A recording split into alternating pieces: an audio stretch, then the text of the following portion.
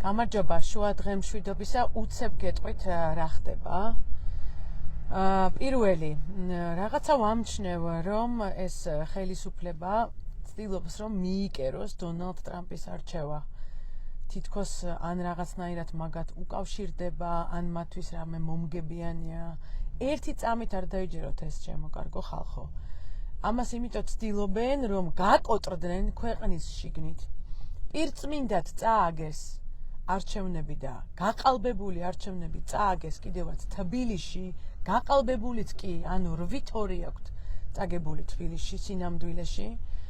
და ეხლა ვითომ ტრამპის არჩევა რაღაცნაირად მათთვის სასარგებლოა. ეს არის სრული სისულელე და ეხლა აგიხსნით რატომ. იმიტომ რომ ყველა გადაწყვეტილება, რომელიც საქართველოს ეხება ამერიკიდან, ბოლო გადაწყვეტილება, ყველაფერი არის ორპარტიული. ნახეთ, ამერიკაში ჩვენგან განსხვავებით არის ორი მთავარი პარტია. რესპუბლიკური პარტია და დემოკრატიული პარტია. ჩვენთან არის ბევრი პარტიები. იქ არის ორპარტიული სისტემა. ტრამპი წარმოადგენს რესპუბლიკურ პარტიას და მას ჰქონდა რესპუბლიკური პარტიის მხარდაჭერა. შესაბამისად, ის გამოხატავს რესპუბლიკური პარტიის პოზიციებს და პირიქით პარტია და მისი პოზიციები თანხვედრაშია. ახლა მე თქვენ გეკითხებით. ყველა დასაფიქრებელი რა არის, რომ ყველა გადაწყვეტილება, რომელიც აქამდე არის საქართველოსთან მიმართებაში, მეგობარი აქტი, რომელიც განიხილება ეხლა და სადაც არის მოთავსებული ახალი მიდგომა სანქციებთან მიმართებაში. ასევე ყველა განცხადება, რამდენიმე სენატორის უმკაცრესი განცხადება, სწორედ რესპუბლიკელის სპიკერის. ეს ყველაფერი არის ორპარტიული. შესაბამისად, მასში არის რესპუბლიკური პარტიაც და დემოკრატიული პარტიაც.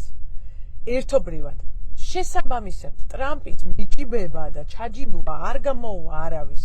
გაკოტრებული რო არიან აქ შიდა მოედანზე, იმიტომ ლაპარაკობენ ეგრე. იმიტომ რომ ეს არის ამერიკის სახელმწიფოს დამოკიდებულება, ვინმე ადამიანის კი არა. ამერიკის სახელმწიფოს დამოკიდებულება საქართველოს სახელმწიფოს მიმართ, რომ ამ არჩევნებს აღიარება არ აქვს. ეს არის ჩვენი მიღწევა.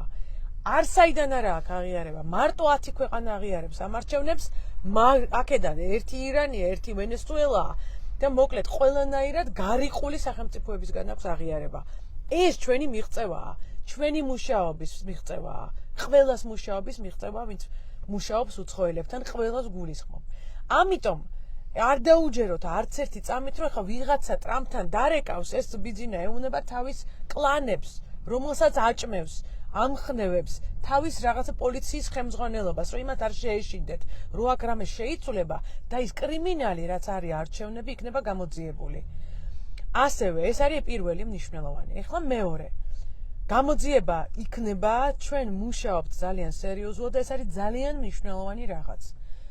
ევროკავშირის გამოძიების მექანიზმი არსებობს. ეს მოხდა სერბეთთან მიმართებაში, ამას ხსნი ეთერ. ევროპარლამენტი, ანუ ევროკავშირში ხო რამდენიმე ორგანოა, მათ შორის არის პარლამენტი. ევროპარლამენტს შეუძლია საქართველოში გამოუშვას გამოძიება, რომელიც საერთაშორისო დონეზე დაარღვევს, გამოიძიებს დარღვევებს და რეკომენდაციებს შემოგთავაზებს.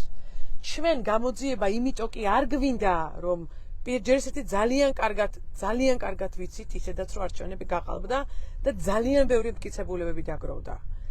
მაგრამ გამოძიება იმიტომ კი არ გვინდა, რომ ეს გამოძიება გვინდა, რომ რეკომენდაციები დადოს ტექნოლოგიური მათ შორის, ამ მანქანებს რა უხოთ, რა მანქანებიცაც ჩატარდა. მტკიცებულებები უნდა ამოვიღოთ, ეხლა მტკიცებულებები მარტო პროკურატურას აქვს და CSGO-ს და გაანადგურებს ამ მტკიცებულებებს. ჩვენ არ გვაძლევს.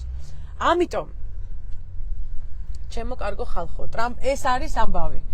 საერთაშორისო ჩვენ პარტნიორებთან მუშაობთ, დელეგაციაზე ჩამოვა ეხლა. ანგარიში მუშავდება ოპოზიციის, მაგრამ ცალკე მედიის ანგარიში არის, ცალკე არასამთავრობო ორგანიზაციის ანგარიშები არის ამ გამოძიებებთან დაკავშირებით. პროტესტი გაგრძელდება. დღეს იქნება პროტესტი და მინდა გითხრათ, რომ ცენტრალური საარჩევნო კომისია თურმე ცენტრალური საარჩევნომდე ხო არის ოლქები, საოლქო საარჩევნო კომისიები. დღეს აპირებენ, რომ შეაჯამონ ოლქმები, ნაცარი უნდა დაიყავონ თავის თავზე, იმიტომ რომ კი გააყალბეს არჩევნები, მაგრამ თან პირწმინდა წააგეს და ვერ გავიგე საერთოდ ამდენს რატო გაბედინებს. გაყალბებული არჩევნები მოუგეთ ჩვენ თბილისში. გაყალბებული არჩევნები მოუგეთ. რა უნდა შეაჯამონ? დაიყარონ თავზე ნაცარი. აი ეგ უნდა ქნან ამ საოლქო იმეებმა, კომისიებმა. დღეს ამას აპირებენ. თურმე დღეს საღამოს 7 საათზე და ამიტომ პროტესტი იქნება. დღეს საღამოს მივალთ სადმე. გაგრძელდება და სხვადასხვა ფორმით მუშაობთ. არავის არ ეგონოს, რომ ეს დამთავრდება ერთ თვეში. ჩემო საყვარელო ხალხო. 200 წელია ვცდილობენ, რომ რაღაცნაირად მიგვახჩონ და მიგვაყუტონ და კუთხეში მოგაწნიონ და არ გამოდის. არ გამოსდით. და ეხლა ხო არ დავნებდებით, მით უმეტეს გაკეთებულია 3-4 საქმის. ამიტომ ბრძოლა აუცილებლად სხვადასხვა ასპარეზზე გრძელდება. ამის თქმა მინდოდა.